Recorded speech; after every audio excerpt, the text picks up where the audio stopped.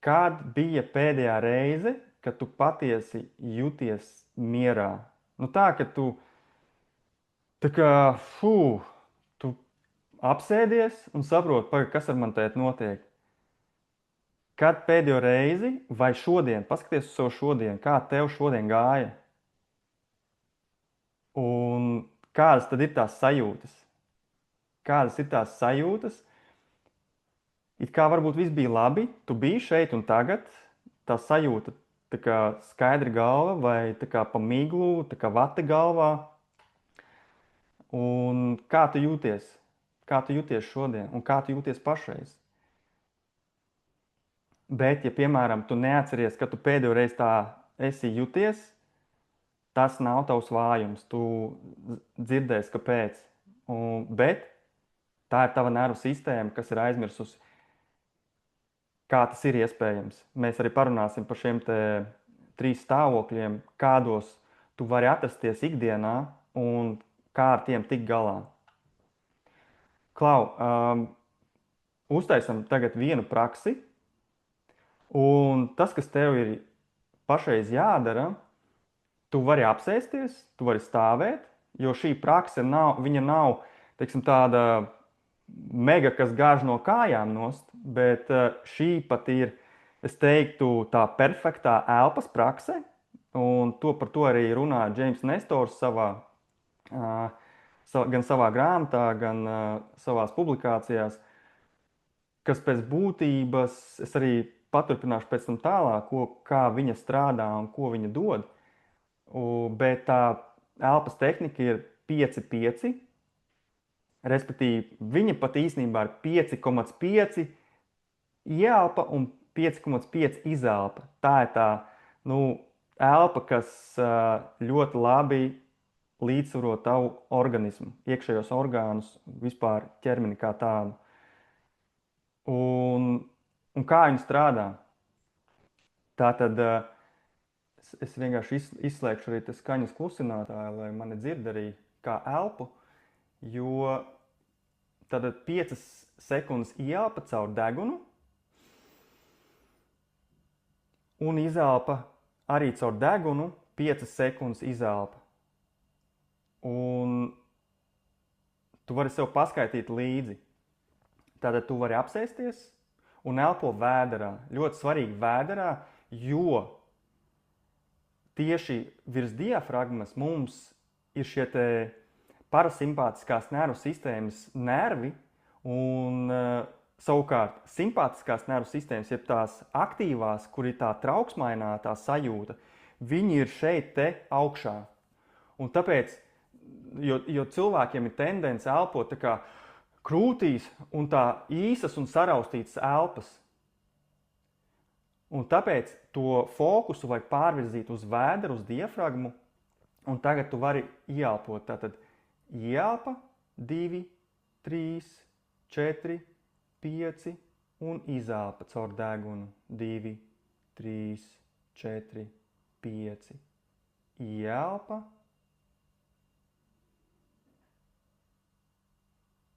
un izelpa. Un atkal ieelpa un izelpa. Ļoti labi. Tagad tu paturpini elpot. Ļoti svarīgi, tu turpini.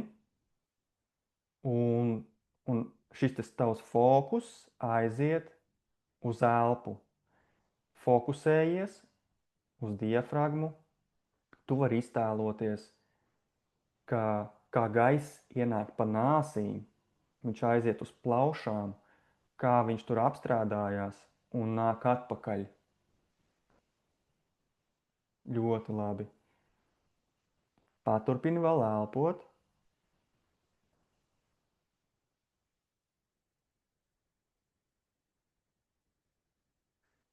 Un tas, ko tu dari pašreiz, tu pārslēdz savu nervu sistēmu no simpātiskās nervu sistēmas uz parasimpātisko, jeb mieru. Un miers ir ar mani. Un tas, ko tu dari arī, Tu centies fokusu virzīt uz ķermeni. Mums ikdienā mēs sēžam tā kā galvā diezgan, diezgan bieži un diezgan ilgi. Tāpēc pašreiz pārvirzi savu fokusu uz ķermeni un elpo. Pāelpo vēl nedaudz.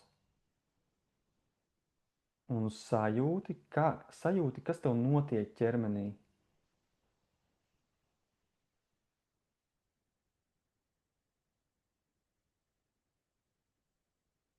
Ļoti labi. Paturpini vēl. Atceries 5 sekundes ieelpa caur degunu un caur degunu izelpa 5 sekundes.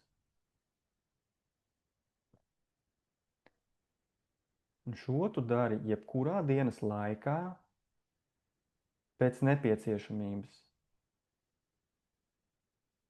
Ar šo tu ļoti labi vari samazināt noteikti zemes intensitātes trauksmi. Tādu es pēc tam paturpināšu arī vēlāk, pastāstīšu vairāk, bet te tu vēl paelpo. Ļoti labi.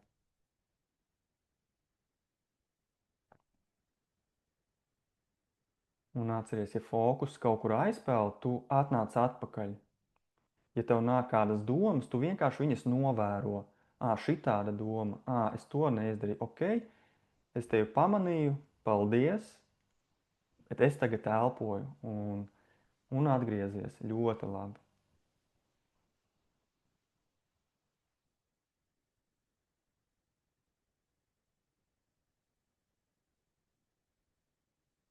Un tā tu ikdienā 5 līdz 7 minūtes vienkārši, ka tu pārslēdzies, tu palielini sirdsdarbības ātrumu, un tā tu vari ieiet tajā miera stāvoklī. Ļoti labi. Un tu turpini vienkārši elpot.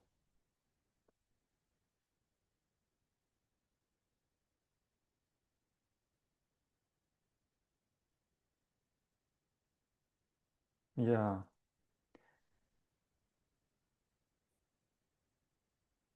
Un kā tev sanāk? Sāk sev līdz Ļoti labi. Un turpini telpot. Vēl nedaudz. Paelpo.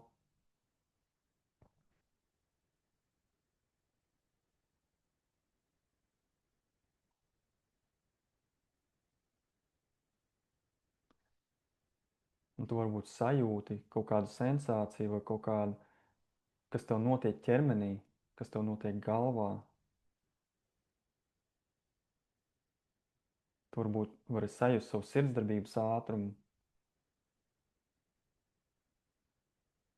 Varbūt tev ir grūti nofokusēties. Tā arī ir atbilde. Jā, ļoti labi.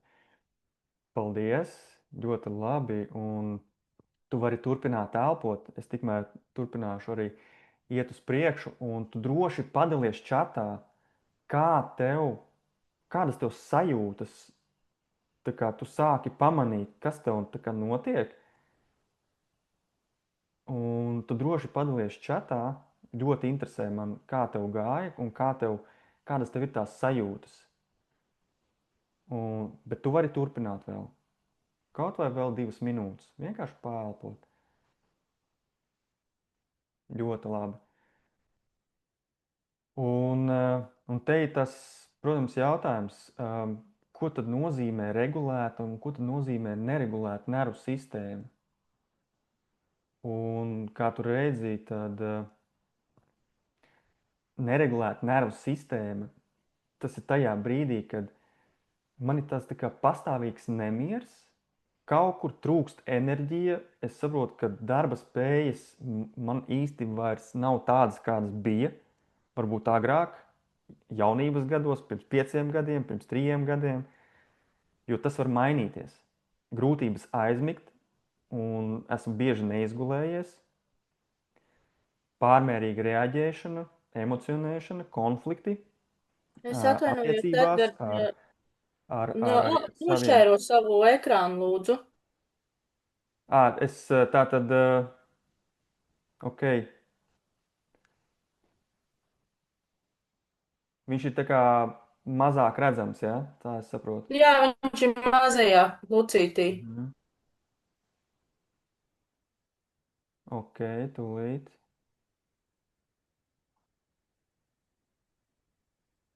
Tā.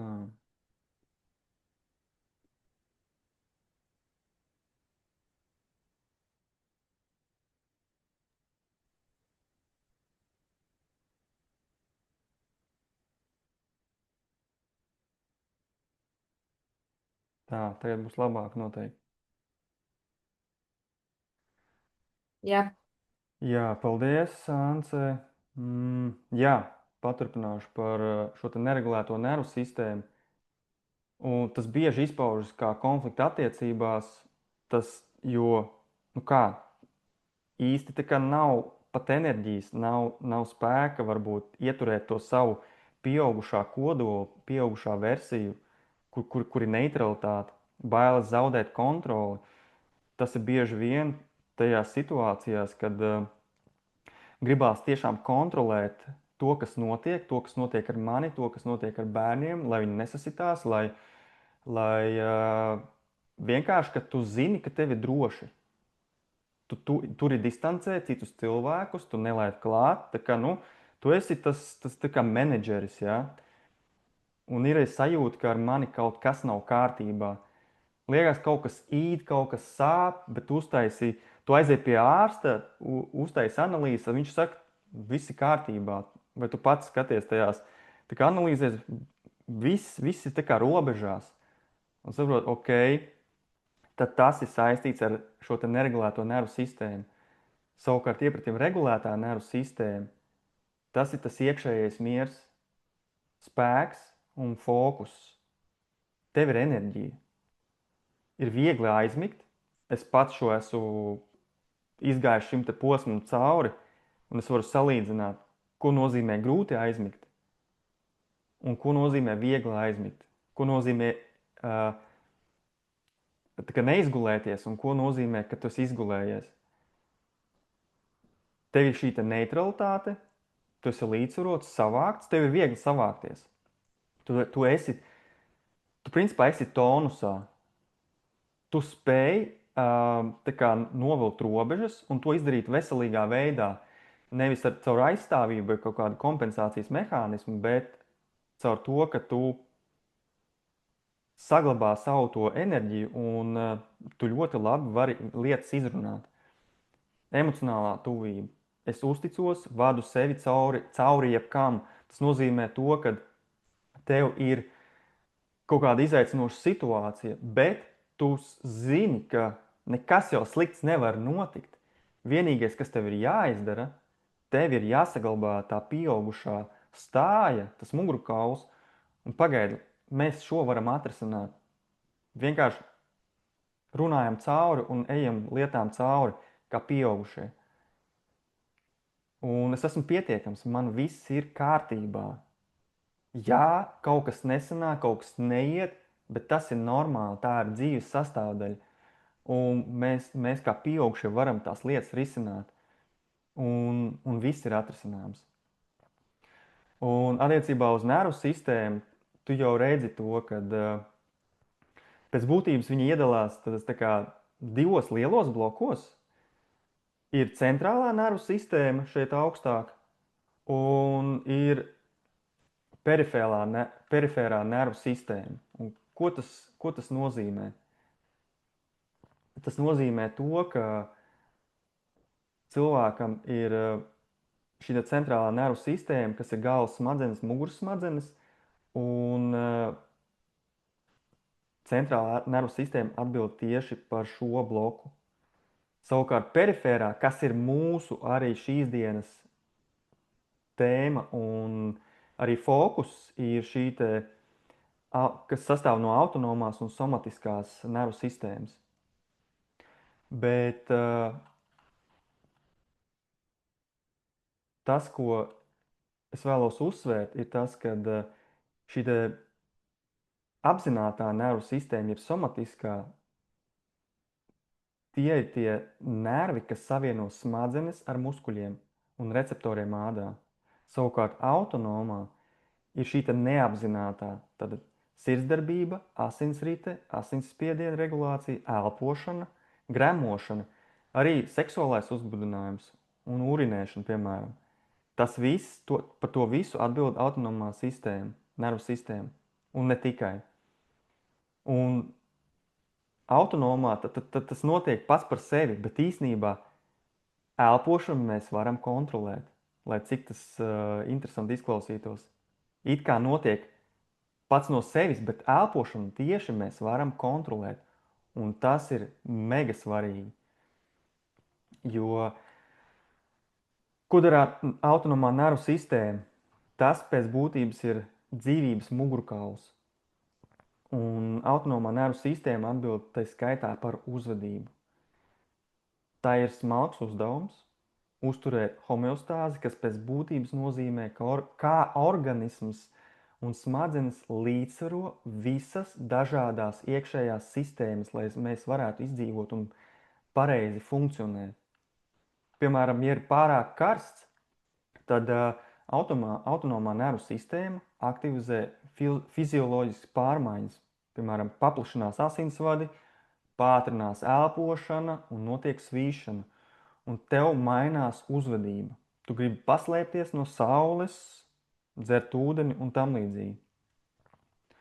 Savukārt, klejotāja nervs ir kā maģistrāle, pa kuru tiek pārnēsāta informācija starp smadzenēm un iekšējiem orgāniem, lai kontrolētu organisma funkcijas miera un gremošanas stāvoklī.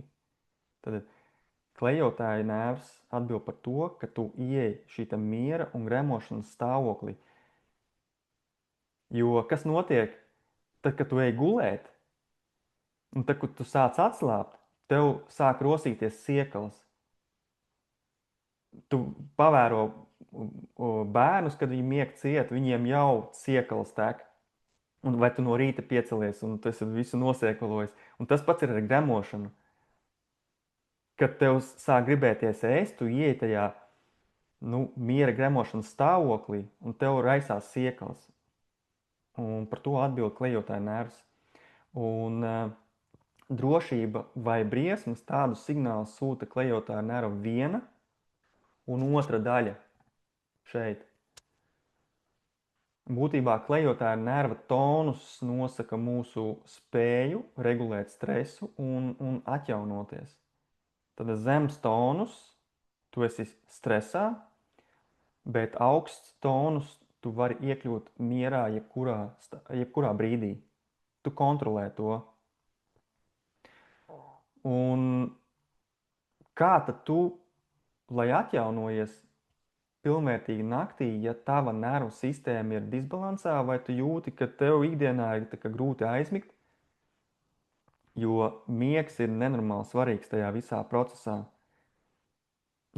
Miegs pēc būtības, tas tā nav, par to nav diskusijas vispār, jo cilvēks vienkārši miegā atjaunojas. Bet ja miegs ir slikts, tad paaugstinās iekaisuma marķieri, paaugstinās asinsspiediens, un it īpaši vecākiem cilvēkiem sirds un asinsvadu slimību risks, kuņģa un zārnu traktu traucējumu risks, jo ja tavs klejotāja nervs, viņš ir disbalansā ar zemu tonusu, tas nozīmē, ka kuņģim netiek piegādāts pietiekami daudzumā asinis, kas arī palīdz kuņģa darbībā, un ja šī klejotāja nerva darbība ir disbalansā, tad var būt šie gremošanas traucējumi. Paaugstināta stresa reakcija, paaugstināta sāpes, depresija, trauksme, atmiņas problēmas un tā tālāk. Un ķermenis smadzenēm nosūta 80% no visiem signāliem. Iedomājies, un smadzenes tikai pārējos 20%. Tas nozīmē, ja tu ikdienā dzīvo galvā, ja tu jūti ķermeni, ja tu sagriezies, uzskrien galda stūrim, tu to jutīsi. Bet, ja tu tā padomā, kurā ķermeņa daļā tu visvairāk atrodies ikdienā, visticamāk, ka tā ir galva. Ka tu domā, kontrolē, ņemies kaut ko un saproti, ok, es visu laiku skrienu, strādāju, daru lietas, tas nozīmē, ka tu esi galvā. Savukārt, tā kā klejotāja nervs 24/7 sūta signālu smadzenēm, lai zinātu, kas notiek visā ķermenī un orgānos, un ja tu esi galvā, un tu to nepamani, ka tev ķermenis jau signalizē, apstājies, atpūties, paņem pauzi, paņem 5 minūtes, ilgtermiņā, tāpēc ir tās veselības problēmas, tāpēc ir izdegšanas, tāpēc ir depresija, tāpēc ir trauksme, tāpēc, ka mēs nespējam, nemākam nolasīt ķermeni, kas viņā notiek un ko viņš mums prasa. Un pēc būtības šis klejotāja nervs, kas ir arī uz ekrāna, tā ir spēka svira, kas ieslēdz un izslēdz orgānus, reaģējot uz stresu. Ja stresa līmenis ir ļoti augsts, klejotāja nervs palielina sirdsdarbības ātrumu, bet ne tāpēc, ka tu esi mierā. Palielina asinsriti un orgānu funkcijas. Tā ir traucēta saziņa starp orgāniem. Un tāpēc ir šis disbalans iekšējos orgānos, parādās kaut kādas veselības problēmas. Iekšējie orgāni signalizē, ka pietrūkst uzmanības, pietrūkst tā miera, un tu visu laiku esi tādā izdzīvošanas režīmā. Un ir 3 šie adaptīvie stāvokļi, kas ir ļoti būtiski saprast. Tad ir simpātiskās nervu sistēmas darbība, kas ir tā cīņa vai bēgšana, kur tu kontrolē, ir tā močīšana, tu uztraucies par visu, centies kādu glābt, stress, hronisks stress. Ja tas ir hronisks stress un tu atrodies simpātiskās nervu sistēmas darbības diapazonā, tad tu esi izdzīvošanas režīmā. Dorsālā vagālā sistēmas darbība, tas ir tas vispār shutdowns, sastingšana, sabrukums, noslēgšanās. Tas ir tas brīdis, kad tu aizej auditorijas priekšā, vai ir kaut kāda situācija, vai cilvēks tev priekšā, un tu vienkārši nezini, ko darīt. Tev pazūd vārdi, un tu varbūt neesi pieredzis tik galā ar kaut kādām jaunām situācijām. Tev jaunais ir viss svešs, tu vienkārši sasting, tu nezini, ko darīt. Tā ir tā nervu sistēmas noslēgšanās, sastingšana. Un ventrālā vagālā sistēmas darbība, tas ir tas miers, tā normālā nervu sistēmas darbība.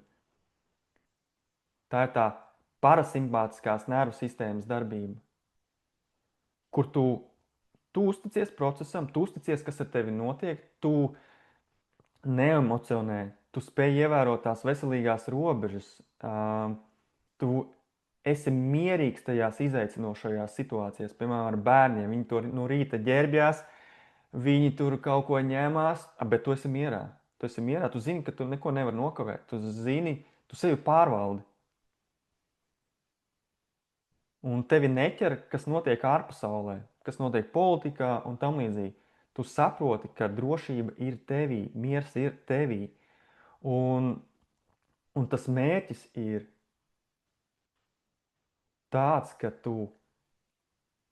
ja tu redzi, es šeit esmu izcēlis tādus 2 lielus punktus, tādus zilgans un zaļgans, ka tu palielini šo ventrālās vagālās sistēmas darbību, ka tu dabiski un viegli vari tajā pārslēgties. Jo šajā bildē tu redzi, ka viņa ir diezgan samazināta, viņa ir iespiesta stūrī pēc būtības. Tu sēdi un atpūties. Un to vadību ir pārņēmusi simpātiskā nervu sistēmas darbība, ka tu ikdienā skrien un aizmirst par sevi. Bet tajā brīdī, kad tu strādā, tu ik pēc stundas paskaties, ko es gribu. Es gribu dzert, es gribu ēst, es gribu atpūsties, tu pāelpo. Tātad tu spēj ļoti viegli atgriezties tajā miera stāvoklī, tajā normālajā nervu sistēmas darbībā. Jo ko dara šis te ventrālais stāvoklis? Piemēram, tu vari dusmoties, tu vari izjust kaunu, bet tas notiek veselīgā veidā. Tu tā kā ieej tajā simpātiskās nervu sistēmas darbībā, bet tu saproti, pagaidi, bet tas nav par mani. Tas nav par mani, un, un tev ir tie veselīgie aizsardzības mehānismi.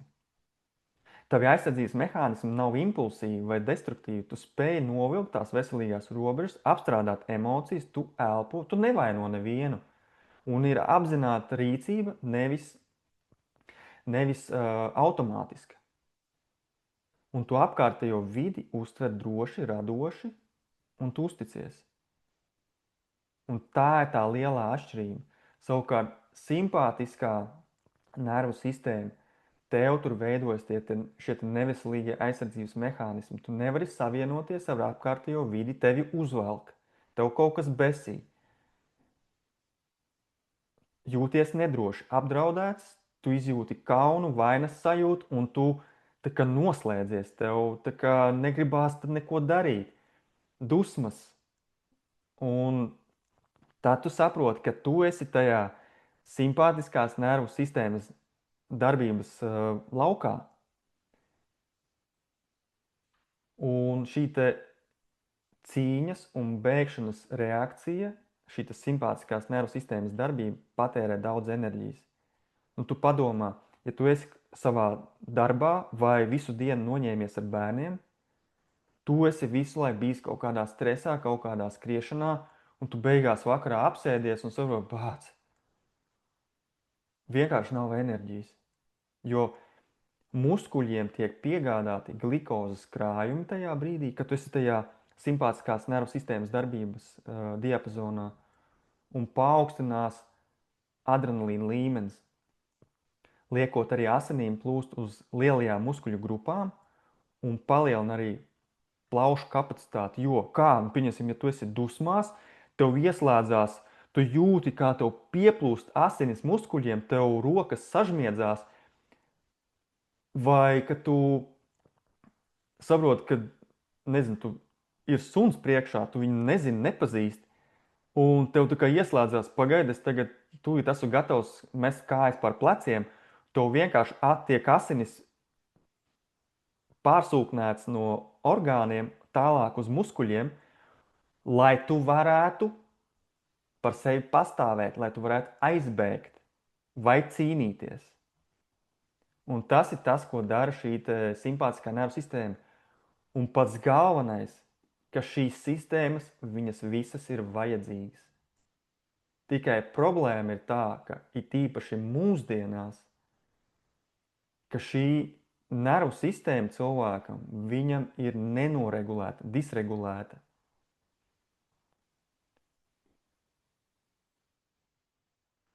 Jo ideālā gadījumā ir tas, ka šīs trīs nervu sistēmas, viņas sadarbojas, ļaujot meistarīgi orientēties dzīvē un iespējamos izaicinājumos. Tas ir izaicinājums. Es personīgi to vēl joprojām mācos. Mana izdegšanas pieredze man to ir, es gāju to smago ceļu. Un es saprotu, ka es gadiem biju tajā simpātiskās nervu sistēmas stāvoklī. Un tāpēc es izdegu, tāpēc man bija depresija, bet es no tā tiku ārā. Un pateicoties elpai, vienīgi elpai, nekam citam. Jā, protams, tur ir fiziskās aktivitātes, tas arī skaitās. Elpa un darbs ar zemapziņu. Bet darbs ar zemapziņu, protams, ir dažādas metodas. Manā gadījumā tā bija enerģijas elpošana. Klau, viens eksperiments neliels. Atcerieties, kā bija skolā? Es tagad pamēģināšu izsaukt vienu uz sarunu. Pamēģināsim tā. Es paiešu cauri sarakstam, ko es varētu izsaukt uz sarunu? Varbūt Agnesi, varbūt Anci, Inu, varbūt Jāni, varbūt Lindu. Nu, labi, joks es nesaukšu. Es vienkārši, ka, man interesē, kas jums notika tajā brīdī? Kas jums notika tajā brīdī, kad es tā kā pasaucu jūsu vārdu? Kas ķermeniski notika tajā brīdī? Ierakstiet čatā, jo es atceros, ka man šādi grib izsaukt, nu es jau salecos, iekārtoju, pa ko es teikšu, ko man jau nav ko teikt, ko viņš man pajautāt. Ja? Un tad, jā, vēderā taureņi bez maz vai ne, sāk lēkāt. Tā kā čokurā kaut kas sarāvās, jā, redzi, un jā, bāds būs jārunā, nav komfortabli, jā. Ka ne tikai mani izsaukt. Un tas bija tas skolas laikā. Man vismaz bija vēl tā, ka skolotāji šajā žurnālā dūra ar pilspālu, un tu tikai lai netrāpa, vai ne? Jā, tur ir tas satraukums, jā, satraukums. Sirds sāks iziet straujāk. Nē, es jau gatavs, pagaidi, es to jau negatavojos. Ko tu te no manis gribi tagad? Es atnācu tikai klausīties. Jā. Tā kā, nu lūk. Un tā ir tā tavas nervu sistēmas tā kā atbilde.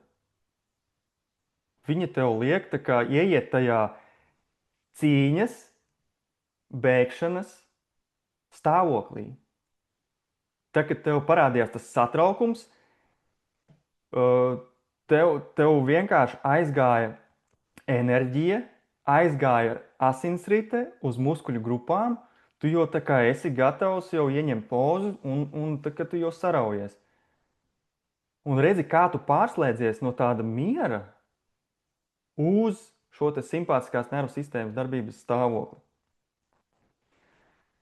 Un te ir svarīgi saprast, ka tu nevari izvairīties no šo sistēmu darbības, bet tu vari mainīt to, lai šīs sistēmas, jeb stāvoklis darbojas kopā. Proti cīņa vai bēgšana ieslēdz brīdī, kad tiešām tev tas ir nepieciešams. Piemēram, tu strauji nobremzē ar auto, lai neizraisītu avāriju. Un nevis, ka tu ej tagad gulēt, un tu nevari aizmigt.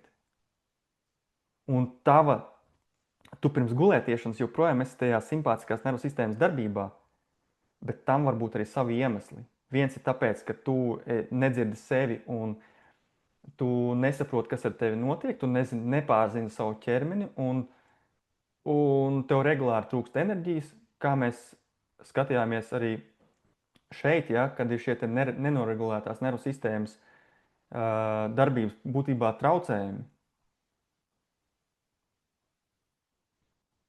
Un tad ir tas, kad es ejot gulēt, man sāk domas raisīties, man viss notiek. Un tur var būt, protams, vairāk iemeslu, pieņemsim, vai tu ēdi pirms gulētiešanas, ko tu lasīji pirms gulētiešanas, vai tu scrollēji, vai tu skatījies televizoru. Kādas emocijas bija tieši pirms gulētiešanas? Jūs tur strīdējāties, jūs tur ņēmāties kaut ko. Tas viss paaugstina tavu šo te bioķīmisko komponenti tev organismā, kas tev notiek. Ja tev paceļās kaut kāds stresa hormons, tev pātrinās sirdsdarbība. Bet miegam ir tieši vajadzīgs pretējais. Tev vajadzīgi palēnināt savu sirdsdarbību. Ieiet tajā vagālajā, ventrālajā nervu sistēmas stāvoklī. Un, lai tu saprastu, kā ķermenis un nervu sistēma reaģē, tad ir kaut kāds notikums, piemēram, skaļš troksnis, kas notiek ķermenī. Notiek bioķīmiski šī reakcija, ķermenī ieplūst, piemēram, kortizols, šis stresa hormons. Pēc tam tev sāk pukstēt straujāk sirds. Un tad parādās šī spēcīgā kaut kāda emocija, enerģijas plūsma, piemēram, bailes. Un tad parādās domas, ja nu kaut kas slikts notiek. Un tu jūti, ka tu kļūsti nervozs, prāts jau izdomājas scenārijus, un tad jau ir kaut kāda uzvedība, ka tu salecies, vai tieši pretēji tu sāc nomierināties. Un tad ir tā sajūta, parādās kaut kāda tirpoņa, reibonis, es vairs nevaru šo izturēt, vai tieši otrādi nervu sistēma sāk pārslēgties uz to, ka viss kārtībā, vienkārši tu vari atmaigt. Un šī tā ķēdīte, kas notiek tavā ķermenī. Un ja tu esi tādā hroniskā spriedzē un tādā trauksmē, un trauksme var būt zema, vidēji augstas intensitātes. Un šajā spriedzē smadzenes kļūst mazāk elastīgas, un tas nozīmē, ka tev samazinās spēja mācīties, strādāt un mainīt ieradumus. Tas nozīmē ka tev vienkārši arī trūkst enerģijas. Tu nespēji pārkārtot savu to darbu. Tu it kā gribi ar prātu kaut ko mainīt savā tajā ikdienā, kaut kādā lietu kārtībā, bet tu vienkārši to nevari izdarīt, jo tev ir tā spriedze. Tev palielinās negatīvās domas, un tava limbiskā sistēma, jeb emociju centrs smadzenēs dominē pār racionālo prātu, pār prefrontālo garozu, medicīniski izsakoties. Un tad ir jautājums, vai tu vēlies atrasties tajā stāvoklī, un ja nē, un kā es to varu mainīt? Un labā ziņa ir tā, ka tu to vari mainīt. Un pats ietekmīgākais instruments, kā tu jau noproti, ir elpa. Tas ir ātrākais un efektīvākais veids, kā līdzsvarot nervu sistēmu. Jo, piemēram, kā tu vari salīdzināt, cilvēkiem bieži vien ir kaut kāda ķirurģiska iejaukšanās, viņam, nezinu, kaut ko izoperēja, kaut ko sašuva vai tam līdzīgi. Uz brīdi to problēmu varbūt atrisina, bet tā problēma atgriežas, tāpēc, ka cēlonis jau nav atrisināts. Jo es uzskatu, ka visas slimības, kas ir cilvēkam, tās ir metafiziskas, jeb tās ir kaut kādu emocionālu pārdzīvojumu radītas. Bērnībā pa dzīvi savāktas. Un tad ir jautājums, protams, kad vienā brīdī ir jādzēš ugunsgrēks, jā, un tāpēc ir kaut kādas ķirurģiskās iejaukšanās un tam līdzīgi. Antidepresanti, jā, tas nodzēš sarkano lampiņu, bet tas neatrisina cēloni. Un šī ventrālā sistēma, jeb tas miera stāvoklis, ir jātrenē kā muskulis, lai tas augtu līdzīgi kā muskuļi, fiziskie muskuļi. Tu viņus trenē, lai viņi augtu un būtu izturīgāki. Tas pats ir arī nervu sistēma. Un tāpēc atgriežamies pie elpas. Tātad es tev jau parādīju šo 5-5 elpu, un tā ir vissvarīgākā elpas tehnika, ja tā varētu nosaukt, jo tā nostāda sirdi, plaušas un asinsriti saskaņotā stāvoklī. Līdz ar to ķermeņa sistēma strādā ar maksimālu efektivitāti. Bet te ir viena nianse, pieņemsim, ja tev ir grūti elpot, piemēram, tev ir grūti ievelkt tās 5 sekundes, tu varbūt jūti vēderā, tu velc, bet tev ir grūtības.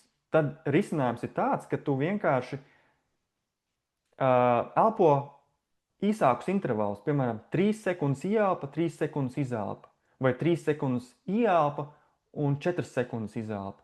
Tu vari variēt, vai, piemēram, 4 sekundes ieelpa, 4 sekundes izelpa.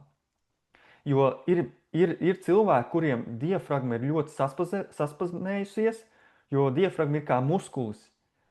Un ja diafragma nav kustināta, tad varētu būt problemātiski ievilkt gaisu un kustināt viņu. Un viss, kas tev jādara, ir jātrenē šis muskulis. Un tu vari sākt ar mazāku intervālu, pēc tam pāriet uz lielāku un pāelpot tās 5-7 minūtes. Tu vari arī apgulties, ja tev ir grūtāk šo te 5-5 elpu tā kā, nu, veikt. Un, jā, bet ja tev viss ir kārtībā, tu taisi 5 sekundes ieelpa, 5 sekundes izelpa. Un, un šis savā veidā ir tas universālā elpa. Vēl viena universālā, tu esi dzirdējis un tu to izmanto ikdienā. Kas tas ir? Tā ir atvieglojuma elpa.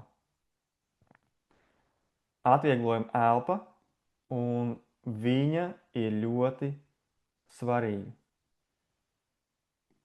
Tāpēc, ka, un ko tu dari? Tad, kad tev ikdienā ir kaut kāds nogurums, tu gribi pārslēgties no vienas darbības uz otru, tev bērni kaut ko prasa, tu tā, nu cik var?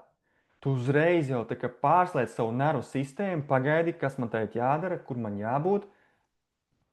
Tu to nervu sistēmu savu tā kā centies pārslēgt no simpātiskās uz šo te ventrālo, uz miera stāvokli. Un viņam ļoti labi palīdz. Un ja tu viņu ietrenē ikdienā, tas tev var palīdzēt. Uzliec kaut vai atgādinājumu. Tai atvieglojuma elpai, tai 5-5 elpai, uzliec kaut vai pēc stundas, lai tu ietrenējies. Tas ir ļoti svarīgi. Es tā pats darīju. Un es saprotu, ka reāli strādā. Un tāpēc, ka tu savu ķermeni iemāci pa jaunam kaut kādu jaunu rīcību, un ka šis ir tas normāli. Šis ir tas, kā es gribu. Tev prāts un ego tev runās pretī iespējams. Bet tu vari to visu vērst par labu. Un, jā, atvieglojuma elpa. Droši pamēģini, ievelc, izpūt, un atceries, tu vari to izmantot ikdienā. Un tas ir kā universāls līdzeklis. Ļoti vienkārši, elementāri. Par trauksmi. Zemai trauksmes intensitātei, jo kas ir zema trauksme? Tev trauksme mums ir visiem. Man arī, pieņemsim, pašreiz, ja es noraksturotu, es esmu tādā zemā trauksmes intensitātē. Un man var palīdzēt šī pati 5-5 elpa. Es ļoti viegli varētu nomierināt sevi. Bet tad, kad ir vidēja trauksme, tad 5 elpa arī var palīdzēt, bet es tev iedošu vēl vienu elpas tehniku. Tātad šī ir 4-8 elpas tehnika, kas ir 4 sekundes ieelpa caur degunu, tad ir aizture, un tad 8 sekundes izelpa caur muti tūtiņā. Tātad ieelpa, aizture un izelpa.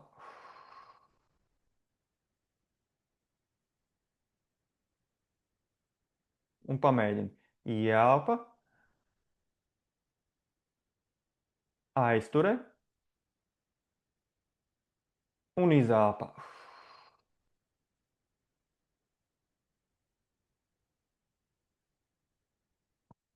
Un atkal ieelpa,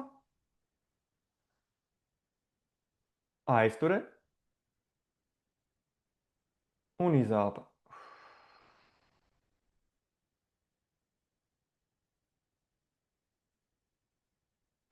Un pāelpot. Tu vari vēl pamēģināt šo te elpas tehniku. Kāpēc svarīga šī te aizture? Aizture trauksmes brīdī paaugstina šo te CO2 līmeni asinīs, un CO2 kopā ar slāpekļa oksīdu, kas rodās elpojot caur degunu, šis te slāpekļa oksīds veidojās tavā šajā, nu, deguna aparātā. Un CO2 kopā ar slāpekļa oksīdu aizbīda skābekli uz vajadzīgajiem orgāniem, muskuļiem, un tāpēc tu vari nomierināties. CO2 ir svarīgs organismā. Man agrāk likās, ja trūks gaisa, ja CO2, tad es smoku. Īsnībā nē, viņš ir, ja tu to lieto apzināti, šīs telpas tehnikas, viņas ļoti labi palīdz. Un šī te viena elpas tehnika, kas pie vidējas trauksmes tev varētu palīdzēt. Un tā vidējā trauksme, es viņu norakstotu kā tādu, ka tu esi uzvilcies, tu kaut ko ņemies, tur kaut kas notiek, man nekas nesanāk, bāc, tu gandrīz mašīnu uzbrauca virsū, un tu kā salecies, jā, un tad tu sāc elpot. Ielpa 4, aizture un izāpa, un vienkārši nomierinies. Ielpa, aizture, izāpa caur muti un nomierinies.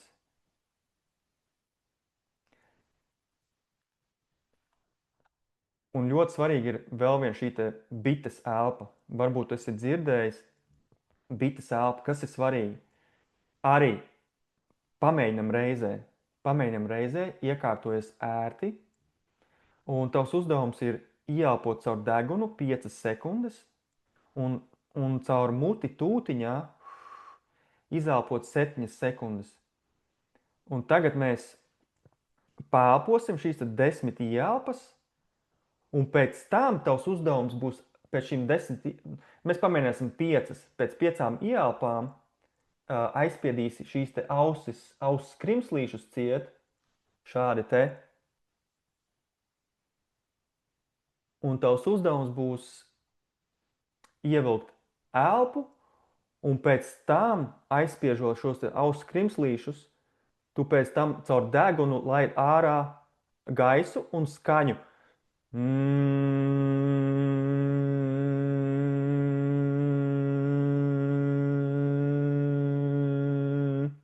Un cik ilgi tu vien vari to izdarīt, jo ko šī bites elpa dara, tā kā šeit ir klejotāja nervsiet, viņš vienkārši, šī elpa aktivizēs klejotāju nervu, līdz ar to tu vari ieiet šī parasimpātiskajā nervu sistēmas darbībā šajā mieru stāvoklī.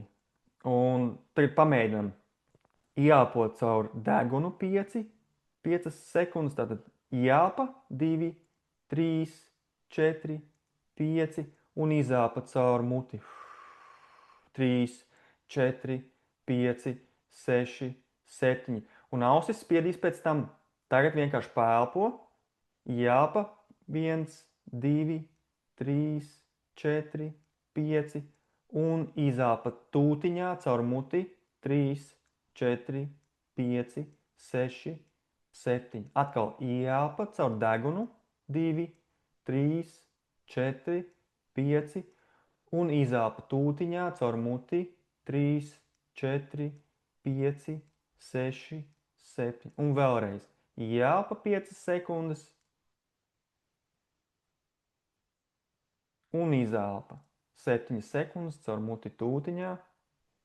Un tagad tu vari aizspied ausis ciet, tos skrimslīšus, un ievelc ieelpu, cik tu vien vari, un caur muti izpūt tūtiņu, caur degunu un dūcini.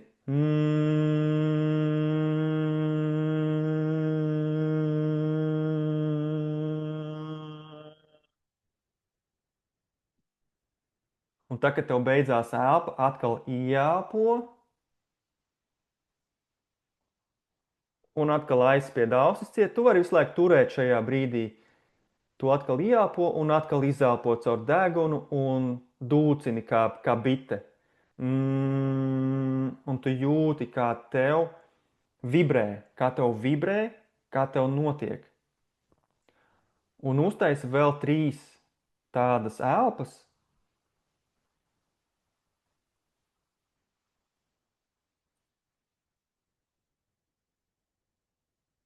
Jā, ļoti labi.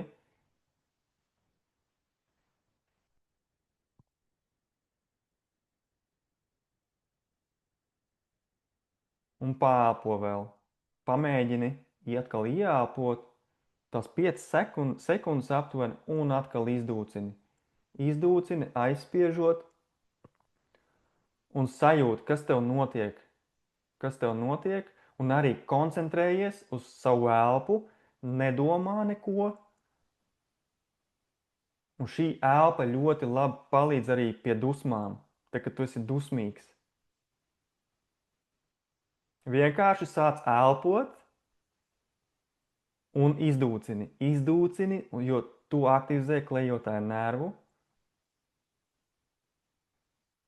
un tu iej tajā parasimpātiskās nervu sistēmas stāvoklī, tajā ventrālajā sistēmas stāvoklī. Ļoti labi. Tātad bites elpa sākumā 5 sekundes ieelpa caur degunu, pēc tam 7 sekundes izelpa caur muti tūtiņā, paelpo šādas 10 ieelpas, izelpas, pēc tam aizspied ausis, ieelpo aptuveni 5 sekundes un izelpo caur degunu dūkoņā. Un arī šīs uztaisi 10 ieelpas un izelpas. Pēc šīm ieelpām, izelpām tu vari vienkārši turpināt paelpot to 5-5 un vienkārši tu aizej tādā mierā. Nu, lūk, ļoti svarīgi.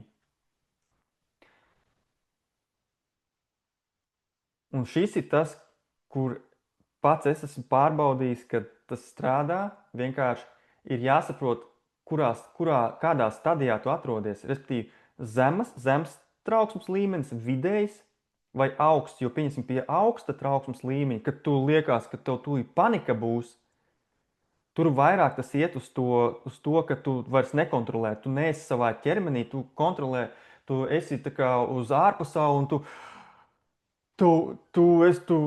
tev viss notiek šeit, un tu vienkārši nevari izturēt lietas. Un tu nekontrolē sevi. Pie augsta trauksmes līmeņa tas īsti nederēs. Tev vispirms vajag dabūt ārā to stresu ar aktīvu darbību. Tas nozīmē, ka tu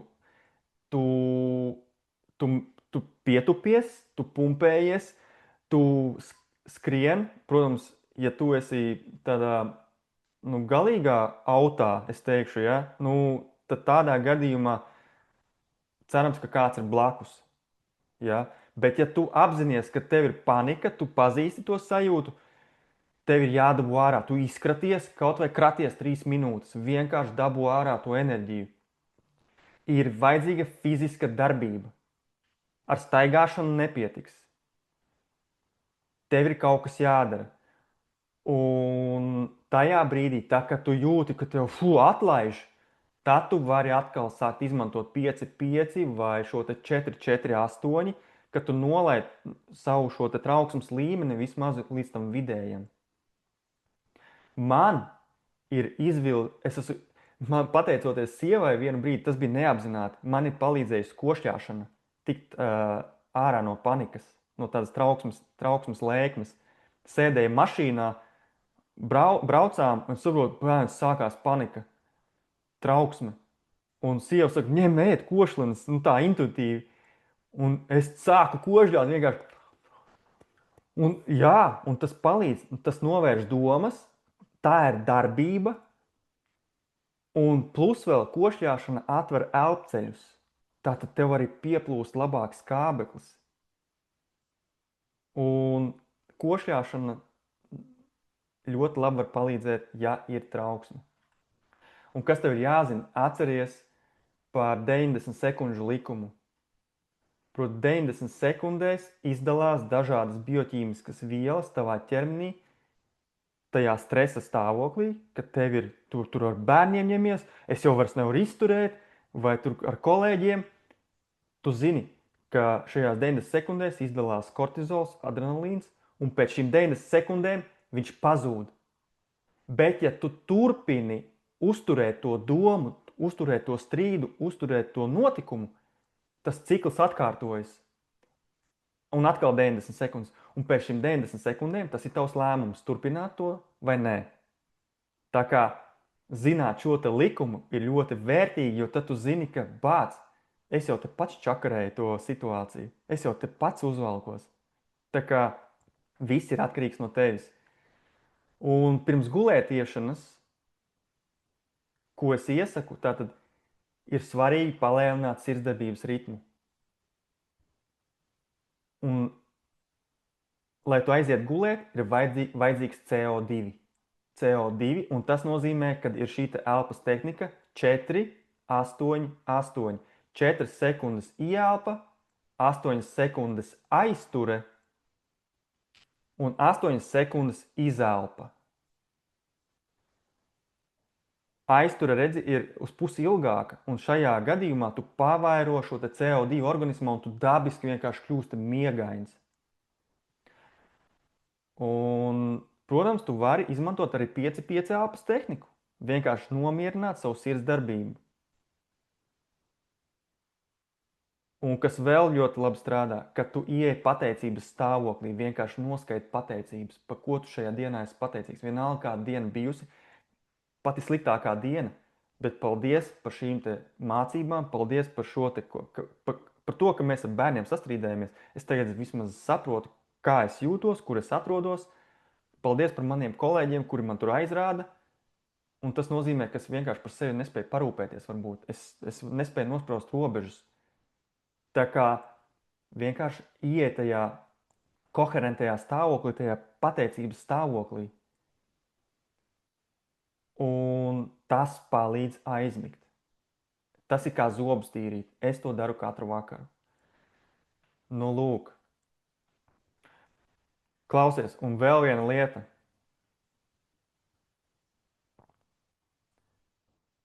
Kā tev liekas, ja tava nervu sistēma būtu uzņēmums, tā būtu vadītājs vai padotais?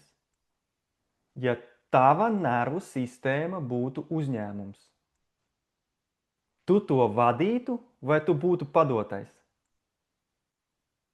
Kā tev liekas?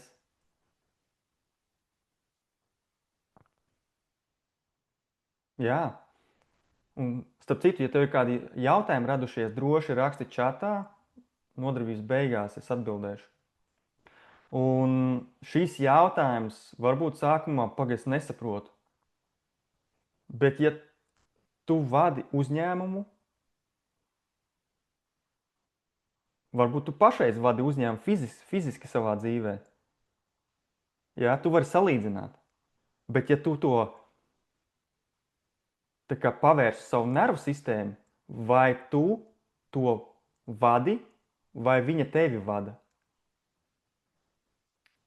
Jo lielākā daļa cilvēku dzīvo ar domu, ka, pieņemsim, viss ir kārtībā, man jau viss ir labi, tagad dzīve notiek, tā kā māja, mašīna, viss ir. Bet ķermenis, emocijas un prāts ir nemitīgā cīņā kaut kur tomēr. Kad mēs ejam uz āru, mums viss ir kārtībā, bet mājās tā kā pats varētu būt labāk. Vai man vajadzēja tā vispār darīt? Man jau likās, ka vajadzēja klausīt pirmajai domai. Un vispār liela problēma arī tā, ka mēs ikdienā meklējam, kā izdzīvot. Nevis kā justies labāk. Un te ir tā problēma, tā atšķirība. Mēs meklējam, kā izdzīvot, lai tikai šito es izcietīšu, un tad varēs atpūsties. Vēl 3 mēneši jānostrādā darbā, un tad būs atvaļinājums 2 nedēļas. Tas ir izdzīvošanas režīms. Starp citu, cik tu ieliktu atzīmi no 1 līdz 10 sev, savai nervu sistēmai, cik viņa tev ir regulēta? Ierakstiet čatā. Kā tev liekas, cik tava nervu sistēma ir regulēta? No 1 līdz 10. Šis ir sociālais eksperiments, lai es saprastu, jā, 6. Un pirmais cipars, kas nāk, tas ir īstais. Jo, cik man lika? 4. Kā var būt 4? Tas nav iespējams. Ja? Vai tur 7, ja? Kāda starpība? Jā, 4, 5, 6. Jā. Jā, ļoti labi. Un tas ir ok. Un tagad tie, kas vēl ieliekat, un paralēli varat padomāt par jautājumu, cik tu sev ieliktu atzīmi, cik tu droši jūties pašreiz, ņemot vērā savu ķermeni, vietu, kur tu dzīvo, politisko situāciju, ienākumus, veselību, partnerattiecības, tāds kopējais. Nu, par to, kas notiek pasaulē, kāds ir mans ķermenis un partnerattiecības, ot ieliec un padalies čatā, jā. Cik droši, cik droši es jūtos, kāda ir man tā drošības sajūta? Jā, jā, 9, 3, 8, 8. Jā, redzi, katram ir savādāk. 7, 6, 2. Jā, nu redzi, un tā atšķirība ir tā kā, un mēs esam dažādi cilvēki, un tas ir ok. Bet kā tev liekas, kas par to atbild, par tavu nervu sistēmu un drošības sajūtu? Kas par to atbild? Arī padalies čatā, kas par to atbild, par tavu nervu sistēmu un drošības sajūtu? Kurš ir atbildīgs?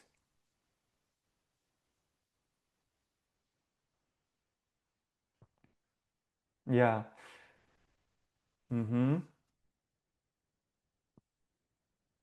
Jā.